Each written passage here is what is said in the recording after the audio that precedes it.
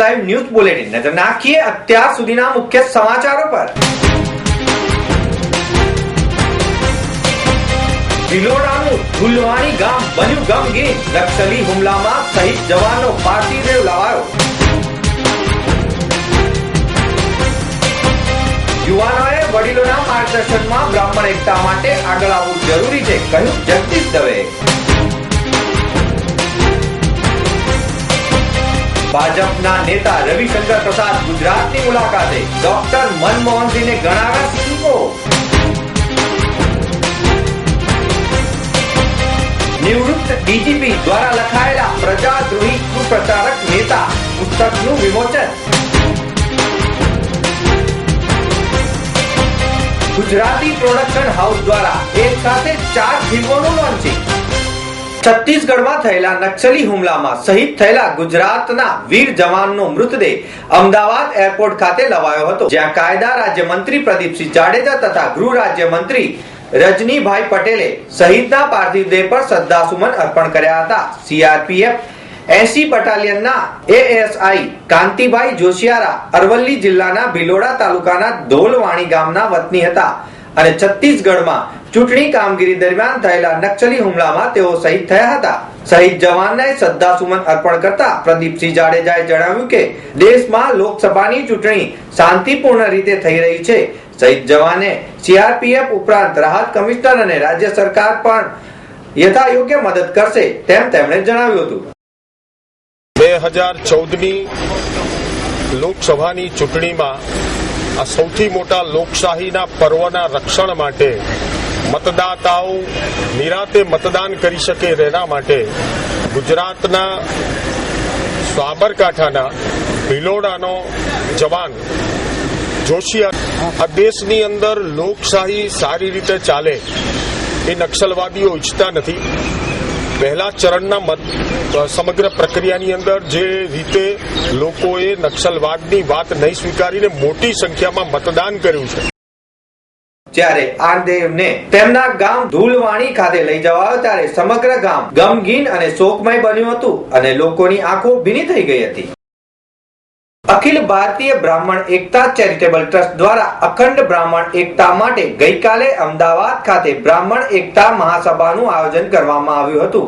આ મહાસભામાં ગુજરાતના ખૂણે ખૂણેથી બ્રાહ્મણ સમાજના યુવાનો અને યુવતીઓ ખાસ ઉપસ્થિત રહ્યા હતા।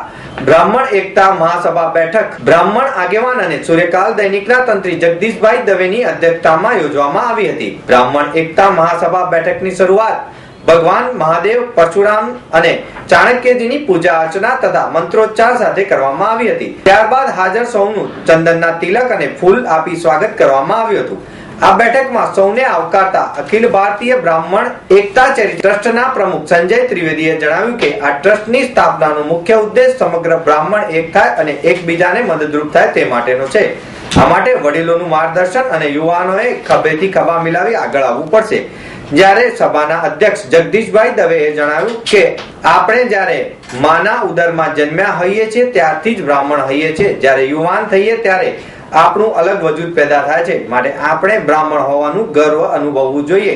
યુવાનોએ વડીલોના માર્ગદર્શનમાં બ્રાહ્મણ એકતા માટે આગળ આવવું જ જોઈએ, કારણ કે તે સમાજની તાકીદની જરૂર છે। બ્રાહ્મણને આર્થિક રીતે સદ્ધર કરવા માટે જે કોઈ બ્રાહ્મણ જે કાર્ય કરતો હોય તેમાં આપણે સૌએ સહભાગી થવું જોઈએ તેમ તેમણે અપીલ કરી હતી। આ ઉપરાંત સંગઠન એ શક્તિ છે અને શક્તિમાં સૌનો સહકાર જરૂરી છે તેમ પણ તેમણે જણાવ્યું હતું। આમ તો નાદરનો દવે પણ ત્રણ પેઢી પહેલા માણસા પાસે પર્વતપુરામાં મકાન મારા બાપનો એકલો જ દીકરો અને અમદાવાદમાં છેલ્લા 50 વર્ષથી રહું છું સંસ્કાર ભારતી સોસાયટીમાં। મારો ધંધો મેં 1970-71 સુધી નોકરી કરી ગવર્મેન્ટમાં। વિજયકુમાર ત્રિવેદીનો પીએ મને કંઈક કંપકથી અથવા મને કંઈક ગાળો વિચાર આવ્યો અને મને એક પોલિટિકલ પાર્ટીએ ટિકિટ આપી 75ની સાલમાં વિધાનસભા લડવાની અને એ લડ્યો ત્યાંથી બાવો થઈ ગયો એમ ઘણો ચાલ, કારણ કે લડ્યા પછી નોકરી તો જતી રહી ગવર્મેન્ટની, એટલે આપણે બ્રાહ્મણ ઉત્પાદ પર આવી ગયા। બ્રાહ્મણ એકતા કે જેના અનુસંધાને આપ સૌ બ્રાહ્મણ પ્રેમી ઉપસ્થિત રહ્યા અને પોતાનો કિંમતી સમય ફાળવ્યો છે. ભાઈઓ, આજથી ગણતરીના મહિનાઓ પહેલા જ્યારે મેં સર્વે હાથ ધર્યો એ પ્રમાણે એક વિચાર મનમાં પ્રગટ થયો કે આપણી બ્રાહ્મણ જ્ઞાતિ કે જે તમામ જ્ઞાતિઓમાં પવિત્ર મનાય છે, જો કે છે, પરંતુ મારા શબ્દોને પકડવાની કોશિશ કરજો. પવિત્ર મનાય છે અને પૂજનીય પણ છે એવા આ ઉચ્ચતર જ્ઞાતિ માટે દરેક શહેરમાં આપણા બધા બ્રાહ્મણ સમાજને કાર્યરત કરે છે અને સારું એવું કાર્ય આપણે સમાજને એક રાખીને પોતાની કામગીરી બ્રાહ્મણ સમાજ માટે નિભાવી રહ્યા છીએ. જ્યારે વડોદરાના પરમ પૂજ્ય 108 જ્યોતિર્નાથજી બાપુએ જણાવ્યું હતું કે આપણા સંગઠનને મજબૂત કરવા માટે એક વ્યવસ્થા તંત્ર ઊભું કરવામાં આવ્યું છે, જેમાં વડીલોથી લઈ યુવાનોએ સહભાગી થવું પડશે અને તેના જરૂરી આદેશોનું પાલન કરવું પડશે. આપણા સમાજમાં રહેલા દૂષણને દૂર કરવા માટે આપણે જ આગળ આવવું જોઈએ. આ પ્રસંગે જગતભાઈ શુક્લ, હેમંતભાઈ રાવલ, સુધીર શુક્લ, મુકેશ ચાની, સંજય રાવલ, દર્શન ત્રિવેદીએ પ્રસંગોચિત સંબોધન કર્યું હતું. આ બેઠકના સમાપનમાં સૌએ બ્રાહ્મણ એકતા માટે પ્રતિજ્ઞા લીધી હતી. ભાજપના મહામંત્રી અને મોદીના મુખ્ય રણનીતિકાર અમિત શાહના કથિત વાંધાજનક નિવેદનની ગંભીર નોંધ લઈને કેન્દ્રીય ચૂંટણી પંચે તેમને સોકોઝ નોટિસ ફટકારી છે. અમિત શાહ પંચને તેનો જવાબ આપે તે પહેલા જ પંચે ઉત્તર પ્રદેશમાં તેમની જાહેર સભા પ્રવચનો ઉપર પ્રતિબંધ લાદી દીધો છે. તેનાથી ભાજપને ભારે નારાજગી થઈ છે. તેઓએ ચૂંટણી પંચને તેમના આદેશ બાબતે પુનઃવિચાર નહીં કરાય તો તે અંગે કાનૂની કાર્યવાહી કરશે તેમ ગુજરાતની એક દિવસની મુલાકાતે આવેલા ભાજપના વરિષ્ઠ અગ્રણી રવિશંકર પ્રસાદે જણાવ્યું હતું. તેમણે જણાવ્યું કે દેશમાં મોદીની હવા છે. તાજેતરમાં 91 બેઠક માટે થયેલી ચૂંટણીમાં ભારે મતદાન ભાજપ તરફી થયું છે. તેનાથી કોંગ્રેસની ચિંતા વધી ગઈ છે. તેમણે વધુમાં જણાવ્યું કે ભાજપે યુપીએ સરકાર સામે એક આરોપનામું તૈયાર કર્યું હતું, જેમાં વડાપ્રધાન મનમોહન સિંહને સીઓ ગણાવ્યા હતા, પણ તેમની સામે સોનિયા રાહુલે કાગારોળ કરી મૂકી હતી કે ભાજપ વડાપ્રધાન પદની ગરિમાને ઘટાડી રહ્યું છે. પરંતુ તાજેતરમાં જ વડાપ્રધાનના મીડિયા સલાહકાર સંજય બારુના પુસ્તકનો હવાલો આપતા તેમણે જણાવ્યું કે આ પુસ્તકમાં કહેવામાં આવ્યું છે કે વડાપ્રધાન કોઈ પણ સારું કામ કરી શકતા ન હતા. તેમને તમામ સારા કામની ક્રેડિટ राहुल गांधी ने આપવી પડતી હતી. हाँ, तो राहुल गांधी ने एक बात जरूर कही है जिस पर हमने भी कहा था कि वैसे राहुल गांधी की समझदारी के बारे में देश को रोज ये समझदारी बन रही है, क्योंकि समझदारी बहुत कम है राजनीतिक विषयों की, आर्थिक विषयों की, देश के लोकतांत्रिक परंपराओं की. और जो बात मैंने वाराणसी में इतनी प्रेस में कहा था, गुजरात की चर्चा बहुत विनम्रता से दोहराऊंगा कि भाजपा के नए संस्कार हैं, भाजपा की यह मर्यादा है कि पारिवारिक संवेदनशील विषयों पर अपनी ओर टिप्पणी करती है. वरना श्री जवाहरलाल नेहरू, श्रीमती इंदिरा गांधी, श्री राजीव गांधी और स्वयं श्री राहुल गांधी के बारे में बहुत चीजें बोली जा सकती है, लेकिन हम कभी नहीं बोलेंगे क्योंकि हमारी वो मर्यादा नहीं.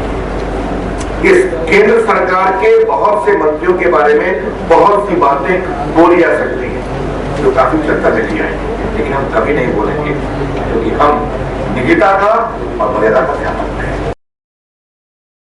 હવે કોંગ્રેસ પાસે તેનો કોઈ જવાબ નથી. રવિશંકરે જણાવ્યું કે દેશભરમાં મોદીની હવા ચાલે છે. લોકો મોદી તરફ આશાની નજરે જોઈ રહ્યા છે. ડોક્ટર પ્રિયદર્શની આઈપીએસ એડિશનલ નિવૃત્ત ડીજીપી દ્વારા લખવામાં આવેલી પ્રજાદ્રોહી કુપ્રચારક નેતા પુસ્તકનું ગુજરાત પ્રદેશ કોંગ્રેસ સમિતિ રાજીવ ગાંધી ભવન ખાતે વિમોચન કરતા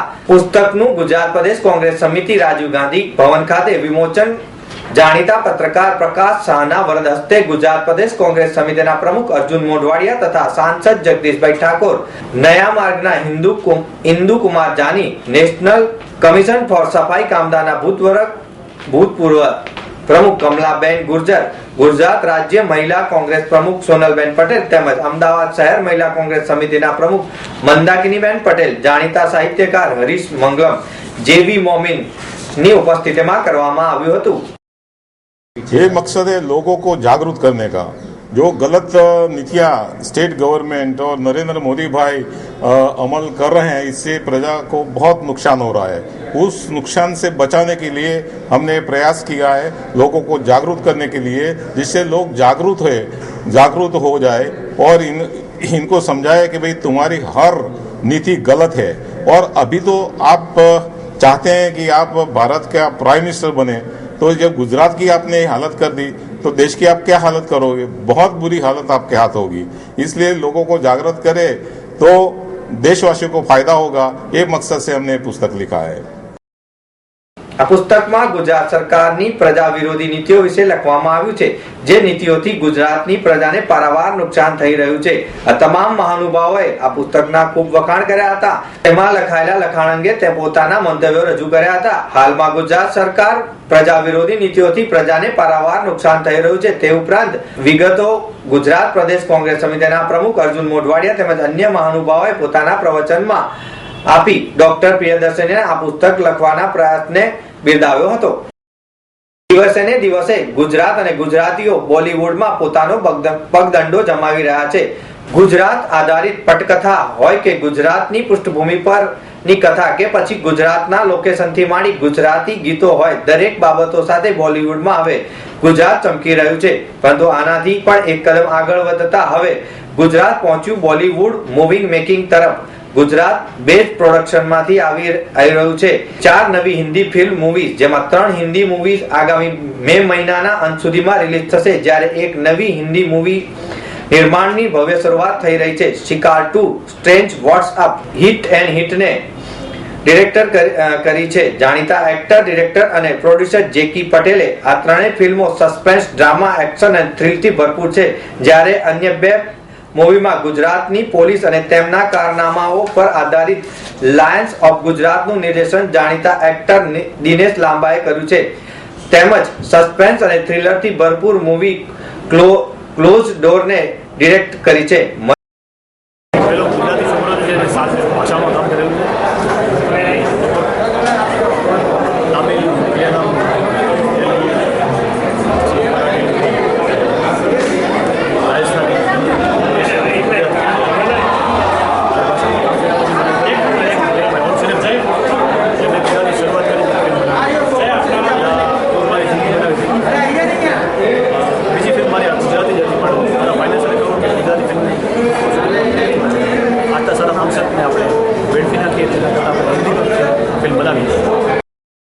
કાછડિયાએ આ તમામ ફિલ્મનું શૂટિંગ અમદાવાદ, ગાંધીનગર આસપાસના ગામો તેમજ સૌરાષ્ટ્રના કેટલાક સ્થળો અને મુંબઈ ખાતે કરવામાં આવ્યું છે। આ ફિલ્મની સ્ટારકાસ્ટ ખૂબ જ મહત્વની છે, કારણ કે આ ફિલ્મમાં કામ કરનાર મોટા ભાગના કલાકારો અનુભવી અને બોલિવૂડ તથા ટીવી ઇન્ડસ્ટ્રીઝમાંથી આવે છે, જેમાં કેટલાક જાણીતા કલાકાર છે દિનેશ લાંબા, સુદેશ બહેરી, સૌરભ શુક્લા, પંકજ ટિટોરિયા, જ્યારે સ્ટ્રેન્જ વોટ્સઅપ અને હન્ટેડ હન્ટ ફિલ્મમાં મહત્વનો રોલ કરનાર અભિનેત્રી હોલિવૂડની એક્ટ્રેસ નિકી હાઉસ છે। આ ફિલ્મો અંગે જાહેરાત કરવા અને આ ફિલ્મોની એનાઉન્સમેન્ટ પાર્ટી માટે અમદાવાદ ખાતે તમામ કલાકારો અને પ્રોડક્શન સાથે સંકળાયેલા ટેકનિશિયન સ્ટાફ સહિત લોકો ઉપસ્થિત રહ્યા હતા। તો મિત્રો, આ હતા અત્યાર સુધીના મુખ્ય સમાચારની ખાસ ગતિવિધિ માટે આપ નિહાળતા રહો એસ લાઈવ ન્યૂઝ બુલેટિન। નમસ્કાર।